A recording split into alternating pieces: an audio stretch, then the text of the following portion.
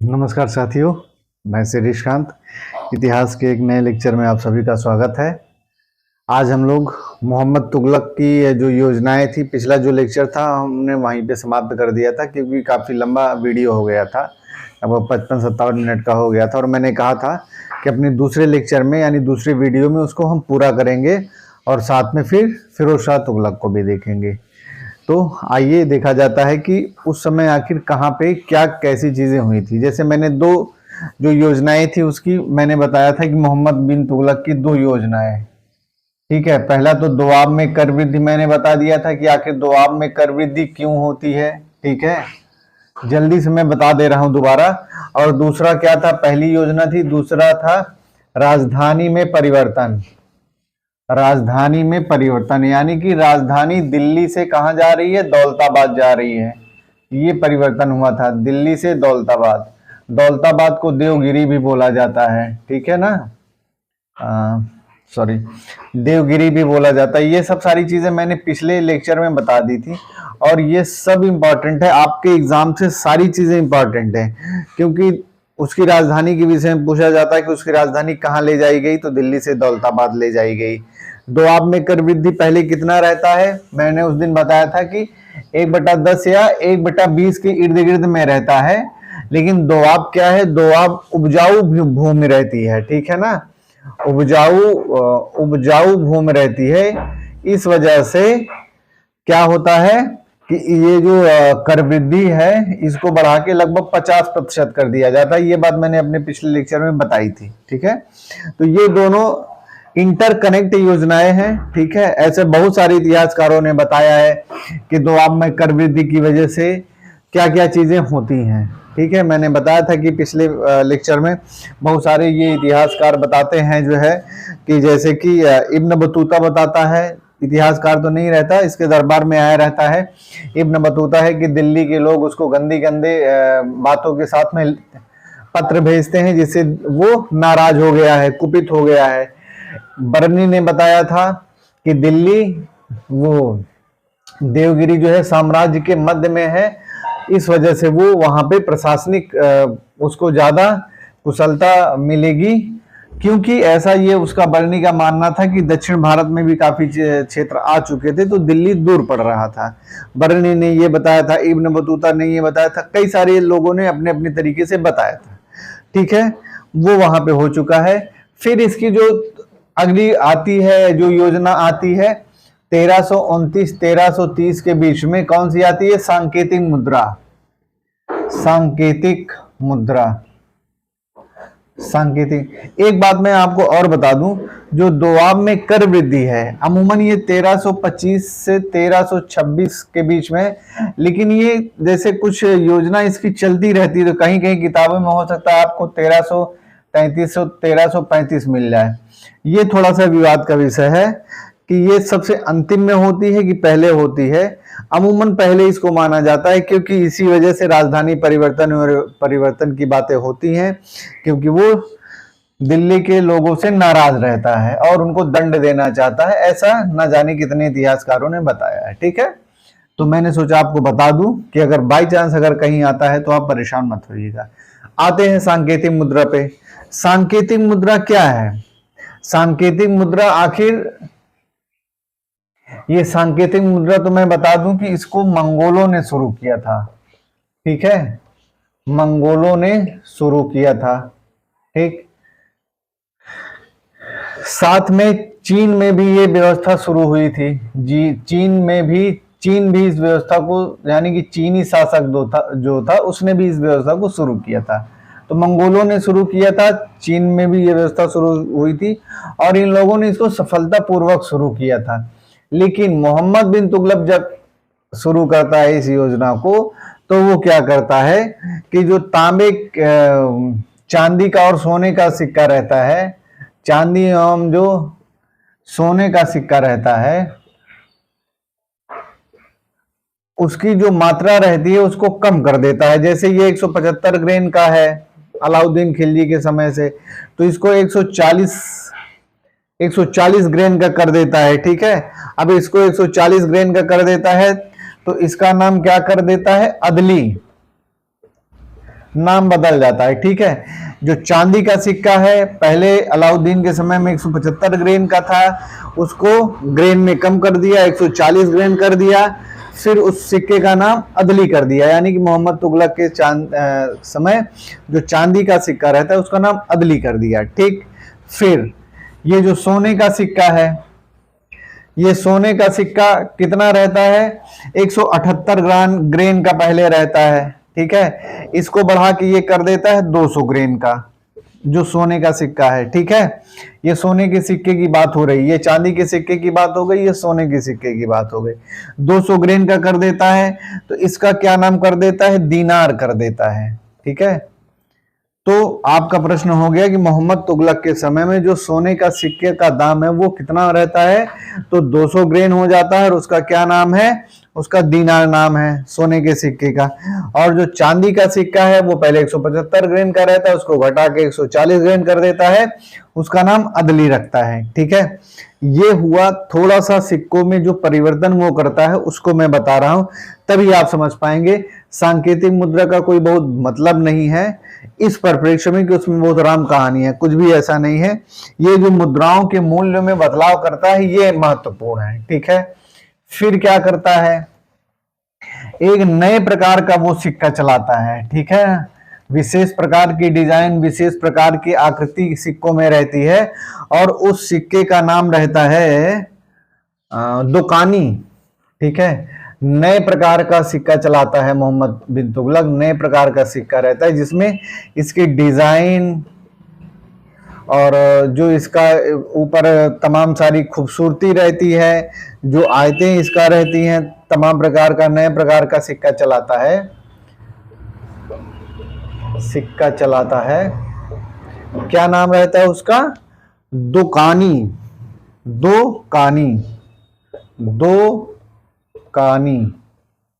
ये एक बिल्कुल नए प्रकार का सिक्का चलाता है, इसमें डिजाइन विजाइन रहती है। ठीक, तो ये 3 सिक्कों का मैंने बता दिया आपको कि क्या है सिक्कों का शुरुआत में सांकेतिक मुद्रा का कैसे हो रहा है। ठीक है, अब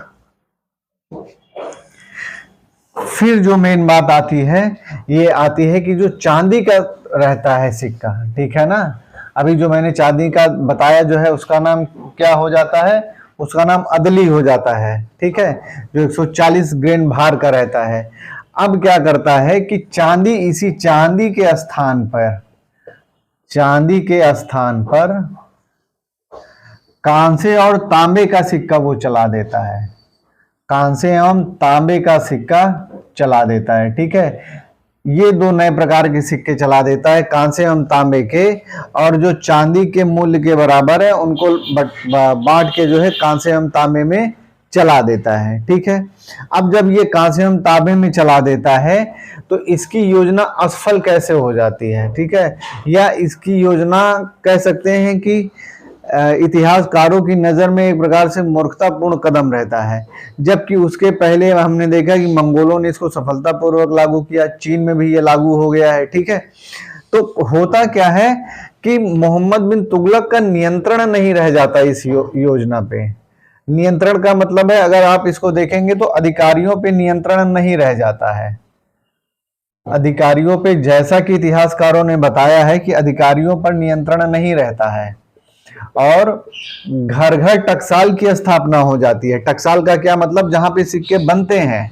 ठीक है, ऐसा बर्नी आदि लोग बताते हैं कि घर घर टकसाल की स्थापना हो जाती है, टकसाल की स्थापना हो जाती है। और लोग क्या करते हैं कि चांदी के स्थान पे कांसे और तांबे का सिक्का चल जाता है, सोना तो मान लीजिए भूल ही जाइए।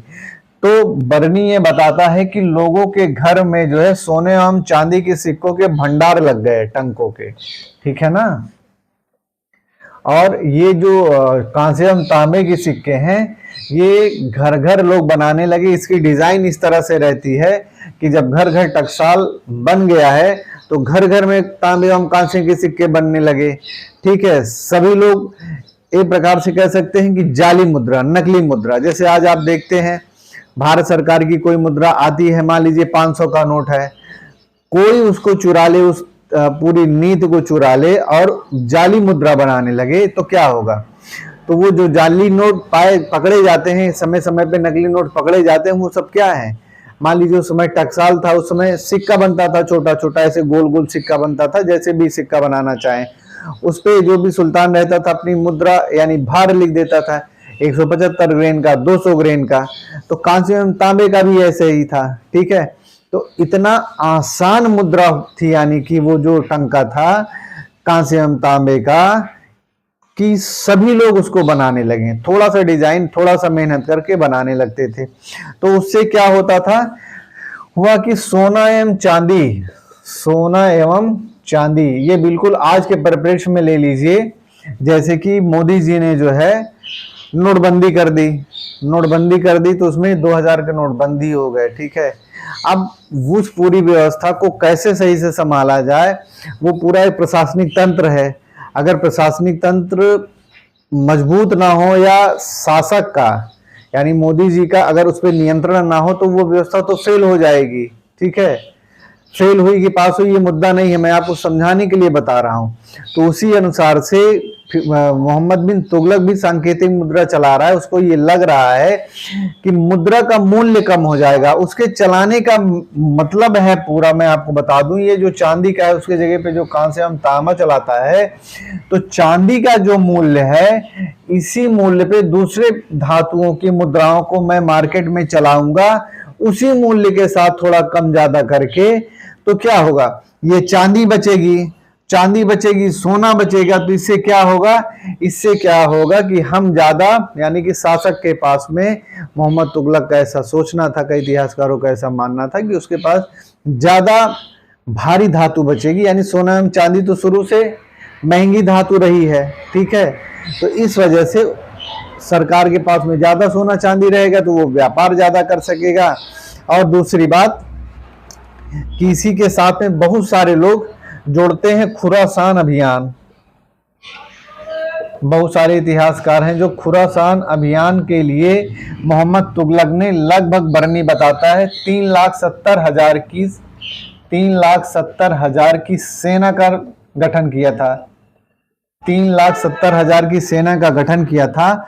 और मजे की यह बात है कि बर्नी ये बताता है कि इन सैनिकों को 1 वर्ष का अग्रिम वेतन दे दिया गया था, यानी का 1 वर्ष का पहले का वेतन दे दिया गया था। जैसे आज कोई सरकार है, ये कह दे, मान लीजिए मोदी जी आए, कह देंगे ठीक है, मैं 2.5 लाख सैनिकों को जो जाके चाइना में लड़ेंगे, उनको मैं 1 साल का पहले वेतन, एडवांस वेतन दे रहा हूं, ठीक है। तो वैसे ही हुआ कि बहुत सारे इतिहासकार खुरासान अभियान को ये कहते हैं कि 3,70,000 की सेना का जो वो गठन करता है, तो 1 वर्ष का एडवांस वेतन दे देता है, अग्रिम वेतन दे देता है। ऐसा बरनी आदि अफीफ जो इतिहासकार हैं, वो लोग इस तरह की बातें बताते हैं, ठीक है। तो 1 वर्ष का अग्रिम वेतन दे दिया। अब जब 1 वर्ष का अग्रिम वेतन दे दिया और 3,70,000 की सेना बहुत होती है, ठीक है। तो होता क्या है कि राजकोष क्या हो गया, खुरासान अभियान के लिए राजकोष खाली हो गया। इस राजकोष को भरने के लिए, राजकोष खाली हो गया है, ठीक है। इस राजकोष को भरने के लिए वो सांकेतिक मुद्रा लेके आता है। ये जो ऊपर की 2 योजनाएं हैं वो इंटरकनेक्ट है। जो नीचे की जो 2-3 योजनाएं हैं, जैसे सांकेतिक मुद्रा, खुरासान का अभियान और कराची अभियान, इन तीनों को जोड़ दीजिए तो ये तीनों इंटरकनेक्ट हैं। बहुत सारे इतिहासकारों ने इसको प्रमाणित भी किया है। अब वो मान है कि नहीं है, वो एक दूसरा विषय है, ठीक है। तो ये चीज है, थोड़ा सा समझेंगे कि सांकेतिक मुद्रा वो क्यों लेके आ रहा है। सोना एवं चांदी बहुमूल्य धातुएं हैं, उनके स्थान पे वो कुछ हल्की धातु लेके आ रहा है जो सर्वसुलभ हो, यानी कि जो राज्य में कई जगह पाई जाती है, ऐसी मुद्रा को अगर हम ला दें तो क्या बुरा है, उसका ये ऐसा सोचना था। इसी वजह से इस चांदी के जो मूल्य, चांदी का जो सिक्का रहता है उसका जो दाम रहता है, उसके भार का कांसे एवं तांबे का ला दिया। तो उसी लिए बर्नी कहता है कि जब कांसा एवं तांबा आ गया तो वो हर जगह उपलब्ध है और लोगों ने बनाना उसको शुरू कर दिया। इस वजह से साम्राज्य में जाली मुद्रा का भंडार हो गया, ठीक है। और लोग क्या करने लगे, लोग सोना एवं चांदी घर घर छुपाने लगे, घर घर में छुपाने लगे, ठीक है। सीधी सी बात है, जब सोना एवं चांदी के बदले कांसे एवं तांबे से काम हो जा रहा है, तो सोना एवं चांदी क्यों कोई निकालेगा। और दूसरी बात, कांसा एवं तांबे को हर दूसरे तीसरे चौथे पांचवें घर में, अगर हर 10वें घर में भी लोग बना ले रहे हैं तो क्या मतलब है फिर। सोना एवं चांदी कोई क्यों लेके जाएगा मार्केट में। इसी मूल्य का अगर कोई दूसरा सिक्का है, सरकार ने मान्य कर दिया है, तो हम इसको लेके जाएंगे, सीधी सी बात है। तो इस वजह से इसकी ये प्रकार से ये योजना विफल हो जाती है।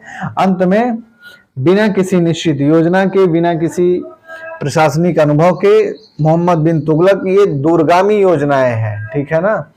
ये सोचता है कि हम ऐसा कर लेंगे तो हम खुरासान अभियान पूरा कर लेंगे। जो सैनिक हैं, जो भी वो सोचता रहा हो, क्योंकि सभी इतिहासकारों ने एक स्वर में कहा है कि ये जितनी योजनाएं रहती हैं, ये योजनाएं उसकी निजी योजनाएं या निजी महत्वाकांक्षा है, ठीक है। वो बहुत लोगों से सलाह नहीं लेता, उलेमा वर्ग से, क्योंकि वो उलेमा वर्ग को बिल्कुल से महत्वहीन कर दिया है। यानी कि जो मुस्लिम धर्म लोग हैं, धर्म गुरु हैं, उलेमा वर्ग को बिल्कुल से दूरी बना के रखा है। उलेमा वर्ग से दूरी बना कर रखा है। दूरी का मतलब ऐसा नहीं कि कोई शत्रुता है उसकी, लेकिन वो उलेमा वर्ग की बातों को ध्यान ही नहीं देता, मानता नहीं है। जैसे अलाउद्दीन नहीं मानता था, तो ये भी नहीं मानता है, ठीक है। उसका ये मानना है कि शासन संचालन में उलेमा वर्ग से दूरी बना के रखनी चाहिए, क्योंकि बहुत धार्मिक तौर पे शासन चलाना मुमकिन नहीं है। और खास करके मोहम्मद तुगलक जैसा पढ़ा लिखा व्यक्ति, ठीक है। कई इतिहासकारों ने इस बात को बताया है कि मोहम्मद तुगलक इतना ज्यादा शिक्षित था, वही शिक्षित होना उसके लिए गुनाह बन गया। यानी कि वो अपने विचारधारा के बराबर किसी को समझता ही नहीं था दरबार में, तो वो राय किससे ले। एक ये भी कारण कई सारे इतिहासकार बताते हैं उसके विषय में। अब जो भी हो, जैसे भी हो, लेकिन ये उसकी निजी महत्वाकांक्षा थी, ठीक है। तो जो सांकेतिक मुद्रा है उसको आपने देखा कि वो कैसे फ्लॉप हो गई। फिर चौथी योजना जो आती है, कौन सी आती है? आती है खुरासान विजय। खुरासान विजय, खुरासान कहाँ है? मैंने बताया है ईरान का पूर्वी वाला एरिया है खुरासान। ईरान का पूर्वी क्षेत्र है, एक बहुत प्रसिद्ध एरिया है खुरासान का, ठीक है ना। तो ईरान का पूर्वी क्षेत्र है, जहां पे इस क्षेत्र को विजित करने के लिए, जीतने के लिए सभी परेशान रहते हैं, ठीक है।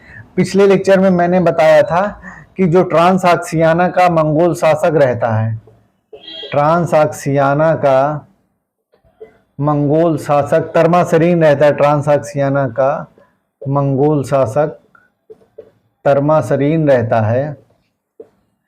तर्मासरीन एक ही बार मंगोल आक्रमण हुआ है इसके राज्य में, सही से ऐसा कई इतिहासकारों ने बताने की कोशिश की है। तर्मासरीन आता है 1327 में। बिना युद्ध किए, मैंने बताया था, बिना युद्ध किए मोहम्मद तुगलक इसको एक भारी धन देकर इससे एक प्रकार से तर्मासरीन से गुप्त समझौता कर लेता है, और बिना किसी खून खराबे के, बिना किसी युद्ध के ये वापस चला जाता है। और ऐसा कहा जाता है कि इसी समय इन दोनों की दोस्ती हो जाती है, ठीक है। जब दोस्ती हो जाती है तो ये लोग एक निर्णय करते हैं अपने उससे, जो दूत रहते हैं इनके, उससे ये निर्णय करते हैं कि ये लोग खुरासान विजय करेंगे। यानी कि खुरासान में जो शासक है, अब ठीक है ना, खुरासान में जो शासक है, शायद उसका नाम इनके समय में अबू सैयद रहता है, शायद।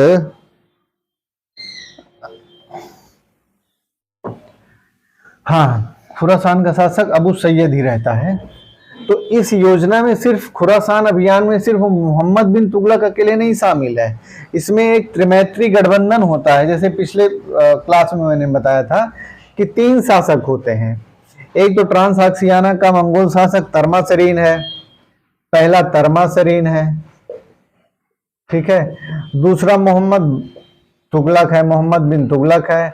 और तीसरा जो शासक है वो मिस्र का शासक है, उसका कुछ नाम बड़ा अजीब सा है, नहीं आ रहा है याद, फिर मैं बता दूंगा। लेकिन आप जान लीजिए समझने के लिए कि मिस्र का शासक रहता है, ठीक है ना। ये तीनों मिल के खुरासान अभियान को प्लान करते हैं, यानी कि खुरासान में ये तीनों की सम्मिलित सेनाएं जाएंगी, ठीक है, और खुरासान को जीत लेंगी और आपस में बांट लेंगी, जैसा भी इन लोगों का रहा हो। लेकिन ये ऐसा कई सारे इतिहासकारों ने बताने की कोशिश की है, ठीक है। लेकिन क्या होता है कि जब ये 3,70,000 की सेना इकट्ठा कर लेता है, अभी अभी मैंने बताया पीछे, अग्रिम वेतन वेतन दे के सब सारी चीज कर लेता है, तो ये जो ट्रांसआक्सियाना का मंगोल शासक रहता है ये हट जाता है। हट जाने का मतलब क्या है कि ये जिस समय ये पूरा प्लान हो रहा है, क्योंकि ये लंबा अभियान रहता है, लंबी प्लानिंग रहती है, 2-3 सालों से चलती है, एन मौके पे ही यहाँ का शासक हट जाता है गद्दी से, तर्मासरीन हट जाता है। जब तर्मासरीन हट जाता है तो मोहम्मद तुगलक अकेले पड़ जाता है, ये भी शासक हट जाता है। इसी वजह से मोहम्मद तुगलक खुरासान अभियान को कभी कर ही नहीं पाता। कारण क्या है कि दूरी का अंदाजा नहीं है, एक प्लानिंग ठोस निर्णय का अभाव रहता है, निर्णय का अभाव रहता है। कह सकते हैं कि योजना का मूल्यांकन सही से नहीं कर पाता है। और सबसे बड़ी बात है कि अपने जो विश्वस्त पात्र रहते हैं उनको ये विश्वास में नहीं लेता है, ठीक है। अधिकारी छिन्न भिन्न रहते हैं, कह सकते हैं कि जो दरबारी रहते हैं वो इसकी इस योजना को पागलपन की बात करते हैं। तो योजना रुक क्यों गई खुरासान अभियान की? जो एक दूरी थी भारत से काफी ज्यादा, बीच में अनगिनत जनजातियां थी। वो जनजातियां क्या थी? जनजातियां लुटेरी थी, ठीक है। सामूहिक हत्याकांड में जनजातियां भाग लेती थी, लूट लेती थी, ये सब सारी चीजें करती थी, ठीक है। इस वजह से खुरासान अभियान जो है इसका विफल हो गया, और कोई भी कारण नहीं होता है, क्योंकि खुरासान अभियान कभी हो ही नहीं पाया, कभी सेना जा ही नहीं पाई। अब क्या होता है कि जब खुरासान अभियान असफल हो जाता है, घोषित हो जाता, जब अभियान हो ही नहीं पाता है तो असफल हो जाती है, तो अब मोहम्मद तुगलक क्या करता है कि ये जो सेनाएं रहती हैं इसमें से अधिकांश सेनाओं को वो कराचिल के अभियान पे भेज देता है। जो इसकी अंतिम एक योजना रहती, कराचिल अभियान, जो 1337 या 38 में जाके होती है। वो जो खुरासानी योजना अभियान के लिए उसने सेना का गठन किया था, उसमें काफी लगभग 2-2.5 लाख के करीब में, 2 लाख के करीब में ये कराचिल अभियान करता है। कराचिल अभियान कहाँ है? ये है हिमाचल प्रदेश के कांगड़ा के पास में, जो कांगड़ा पर्वतीय क्षेत्र है वहीं पे है, ठीक है, कराचिल। ऐसा कई इतिहासकार इसको कराचिल को इससे जोड़ते हैं, हिमाचल प्रदेश में, आज के हिमाचल प्रदेश में, ठीक है। तो ये हो गया।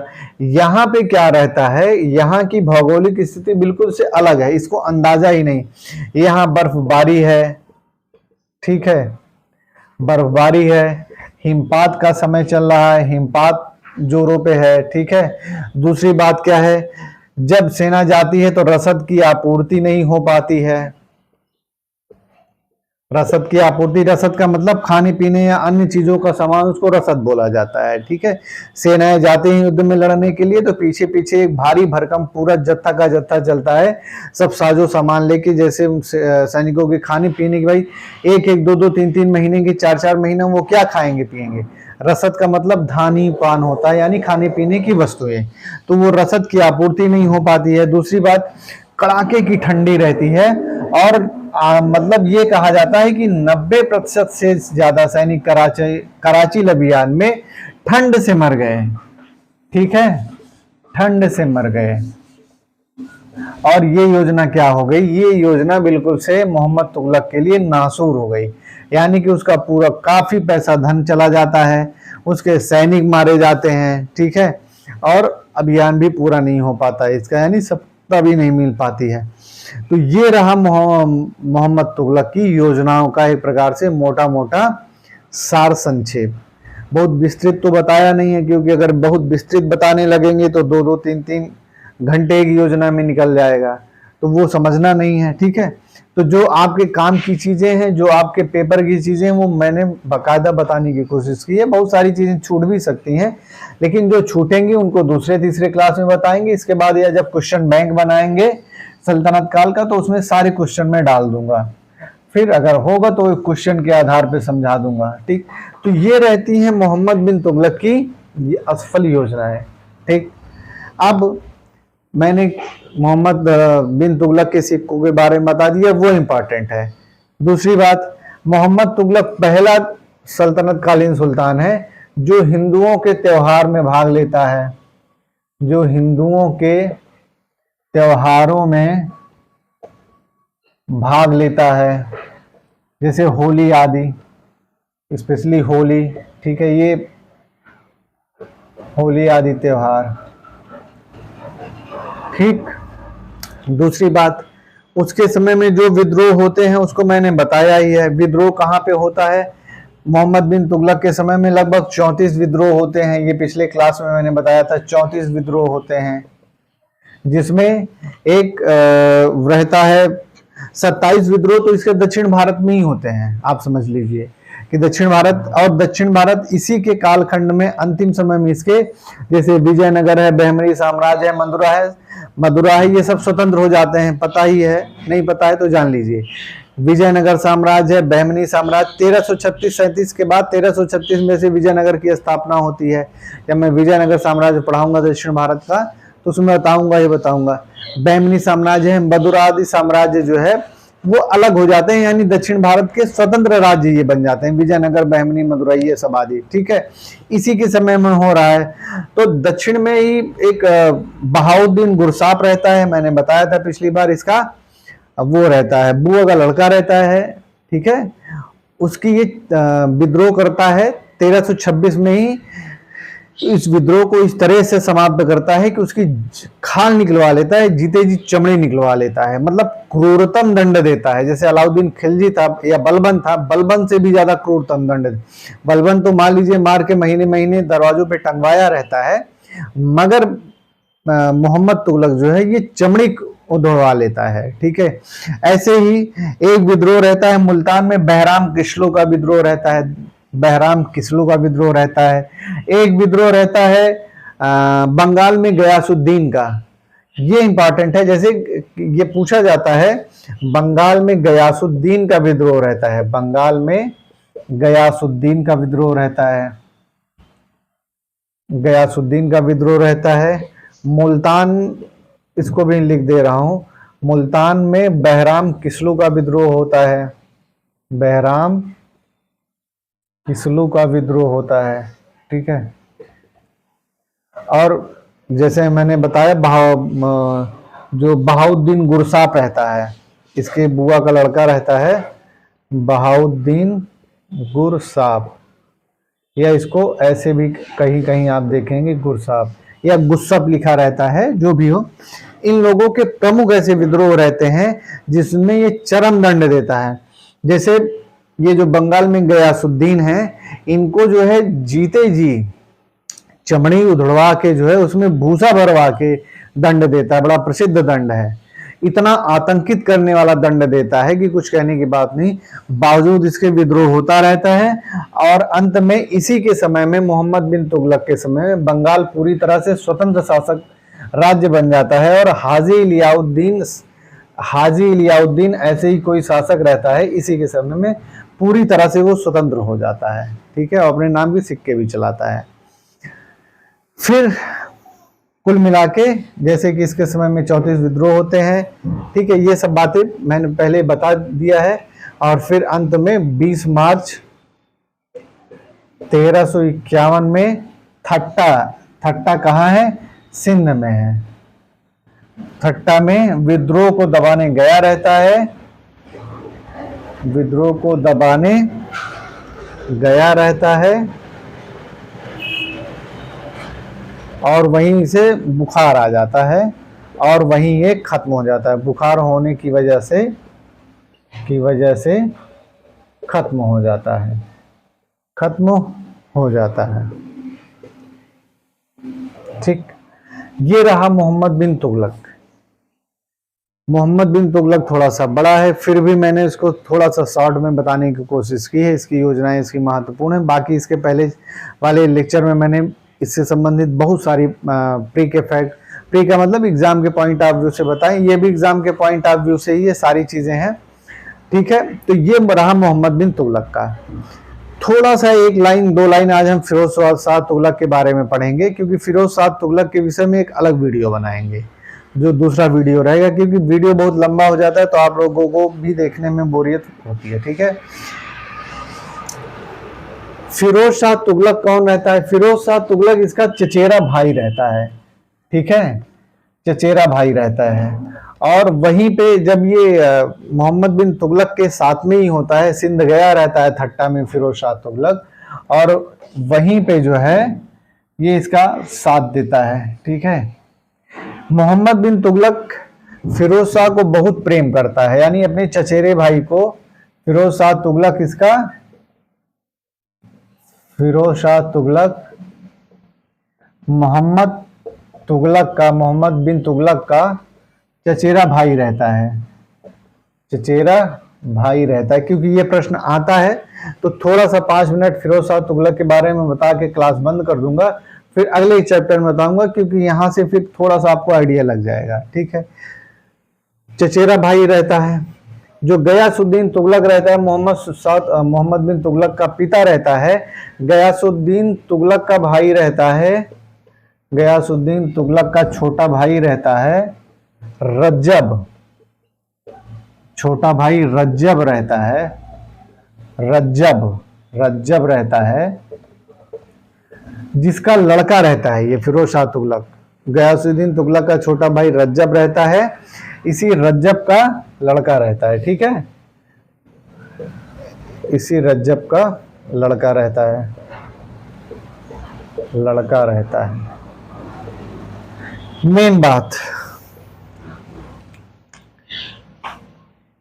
फिरोज शाह तुगलक की जो माँ रहती है वो हिंदू एक चौहान रहते हैं, राजपूत रहते हैं, उनकी पुत्री यानी कि हिंदू माँ रहती है। फिरोज शाह तुगलक की माँ जो है अवोहर एक स्थान है, अवोहर स्थान है, पूर्वी पंजाब के हिसार जिले में है। अवोहर स्थान पूर्वी पंजाब के हिसार जिले में है, स्थित है, जिले में स्थित है। ठीक है, अवोहर स्थान कहाँ है? पूर्वी पंजाब के हिसार जिले में स्थित है। अवोहर के राजपूत राजा रणमल रहते हैं, राजपूत राजा रणमल रहते हैं, और इन्हीं रणमल की पुत्री रहती है नेला, इनका नाम रहता है नेला। ठीक है, रणमल रहते हैं, पुत्री का नाम है नेला। इसी नेला का लड़का है फिरोज शाह तुगलक, यानी कि फिरोज शाह तुगलक जो है हिंदू माँ का लड़का है। ठीक, ये फिरोज शाह तुगलक से संबंधित प्रश्न है, क्योंकि ये सल्तनत काल का पहला ऐसा एक प्रकार से रहता है। ठीक है, जिसके विषय में पूछा जाता है कि इसकी माँ हिंदू राजपूत रहती है, अवोहर नामक स्थान है, वहां का राजपूत राजा रणमल रहता है, उसकी बेटी नेला रहती है। गयासुद्दीन तुगलक अपने समय में जो है आक्रमण किया रहता है, इसके बाद जब घेरा डाला रहता है तो इसकी लड़की, रणमल की लड़की बड़ी सुंदर रहती है, तो वो क्या करता है कि अपने छोटे भाई रज्जब से शादी का प्रस्ताव भेजता है, जिसको नहीं मानते हैं। बाद में नेला ने इस बात को सुन लिया और स्वयं शादी के लिए तैयार हो जाती है, और अपने कह सकते हैं कि वो जो अवोहर का पूरा क्षेत्र था जो है उसको बचा देती है। ये एक छोटी सी कहानी रहती है फिरोज शाह तुगलक के विषय में। ठीक है, बाद में फिर फिरोज शाह तुगलक 22 मार्च 1351 को ही ठट्टा में, यानी सिंध में ही,